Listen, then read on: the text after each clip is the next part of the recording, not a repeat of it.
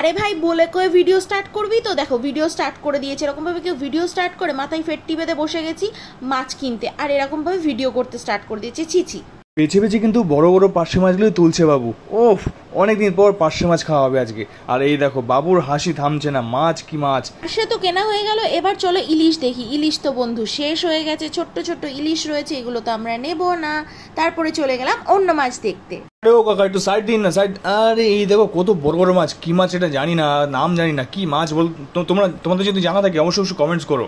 আবার কি মাছ বুঝতেই তো পারছি না, এটা কি মাছ রে বাবা? আরে শার্টিন মাছ। কি শার্ট আউট? আরে শার্টিন মাছ। Shirt out? শার্টিন মাছ। আচ্ছা ছাড়ো ওসব বাদ দাও, এবার তো রুই দেখি, যেটা খেয়ে বড় হয়েছে সেটা তো দেখতে দাও, নাকি অন্য কিছু তার মধ্যে? কি শার্টিন শার্ট, আবার তুমি শার্টিন শার্ট আউটে পড়ে আছো।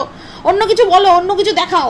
এই দেখো কাঁকড়া, দেখো কাঁকড়া, দেখো কত বড় বড় কাঁকড়া। কাঁকড়া মাছ কিন্তু খেতে খুবই ভালো লাগে, কিন্তু কাঁকড়া মাছের মধ্যে মাছ থাকে না, শুধু কাঁটা থাকে, মানে হাড্ডি থাকে। ওটাই তো আসল মজা, কাঁকড়ার মজা তো ওইখানেই।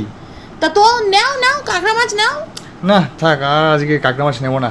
তুমি বাঁচবে, মজাটা তো তোমার এবার বুঝতে হবে।